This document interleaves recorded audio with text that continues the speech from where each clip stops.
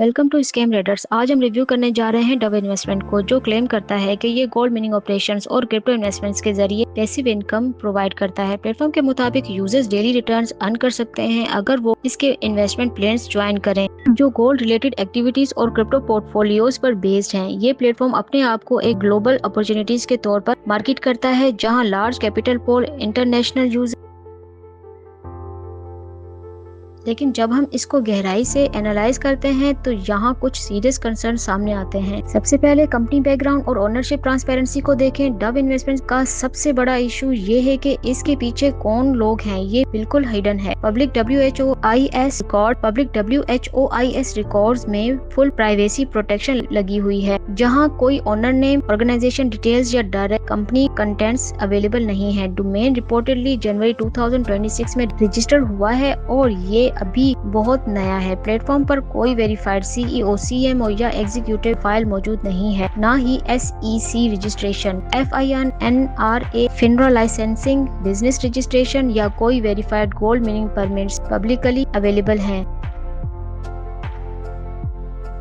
California की एक legitimate company Dove investment research and management से मिलता जुलता है, लेकिन इस क्रिप्टो और गोल्ड बेस्ड प्लेटफॉर्म का US रेगुलेटरी कंपनी से कोई प्रूवन लिंक नहीं मिलता। ये लेक ऑफ ट्रांसपेरेंसी एक बड़ा रेड फ्लैग है, क्योंकि ये क्लियर नहीं करता कि पैसा हैंडल कौन कर रहा है और सिस्टम कैसे ऑपरेट कर रहा है। अब कंपनसेशन प्लान और अर्निंग मॉडल को देखते हैं। Dove investment daily ROI promises के साथ एक रेफरल बेस्ड स्ट्रक्चर यूज करता है। प्रोमोशनल मटेरियल्स के मुताबिक मिनिमम डिपॉजिट अराउंड $50 है, जबकि डेली रिटर्न 0.9% से लेकर 1.8% तक मेंशन किए जाते हैं और कुछ क्लेम्स में इससे भी ज्यादा पे आउट शो किए जाते हैं। यूजर्स विथड्रॉल्स क्रिप्टो नेटवर्क्स जैसे TRC20 और BEP20 के थ्रू कर सकते हैं, लेकिन विथड्रॉल्स पर एडिशनल फीस भी मेंशन होती हैं। प्लेटफॉर्म MLM स्ट्रक्चर यूज करता है, जिसमें बाइनरी प्लान्स, यूनिलेवल कमीशंस और मैट्रिसेस सिस्टम शामिल होते हैं। सिंपल वर्ड्स में यूजर सिर्फ इन्वेस्टमेंट करके नहीं, बल्कि नए मेंबर्स को रेफर करके भी अर्निंग्स जनरेट करते हैं। प्लेटफॉर्म अपने आप को $बिलियन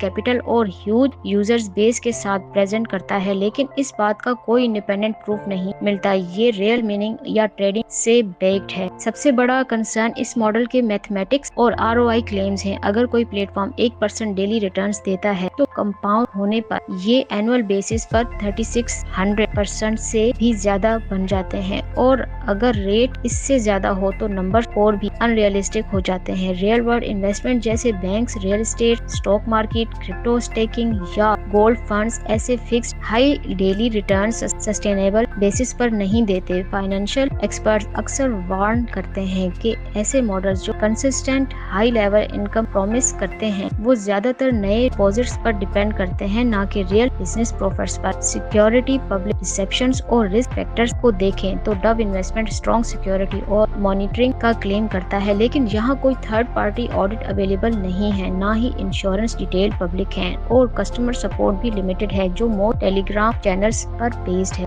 वेब ट्रैफिक भी काफी लो रिपोर्ट होता है। रिव्यू इंडिकेटर्स में भी मल्टीपल वार्निंग साइन मिलते हैं, जैसे कि new domain age, hidden ownership, weak transparency और limited independent users feedback. Major red flags में anonymous leadership, unrealistic ROI projections, crypto only transactions, heavy referral independence और अनवेरिफाइड गोल्ड मिनिंग क्लेम्स शामिल हैं। Final word ये है कि Dove investment अपने आप को एक पैसिव इनकम अपॉर्चुनिटी के तौर पर प्रेजेंट करता है, जो गोल्ड मिनिंग और क्रिप्टो इन्वेस्टमेंट्स पर बेस्ड है, लेकिन hidden ownership, aggressive ROI promises और रेफरल हैवी स्ट्रक्चर्स इसको हाई रिस्क प्लेटफॉर्म बनाते हैं, जहां एक्सट्रीम कॉशंस जरूरी है। अगर आप इसमें पार्टिसिपेट करने का सोच रहे हैं तो हमेशा अपनी रिसर्च खुद करें, कंपनी क्लेम्स को इंडिपेंडेंटली वेरीफाई करें और कभी भी इतना इन्वेस्ट ना करें जितना आप अफोर्ड ना कर सकें। स्टे इन्फॉर्म्ड, स्टे अलर्ट और स्कैम राइडर को सब्सक्राइब करें मोर ऑनेस्टली रिव्यू और स्कैम्स इन्वेस्टिगेशंस के लिए। Thank you.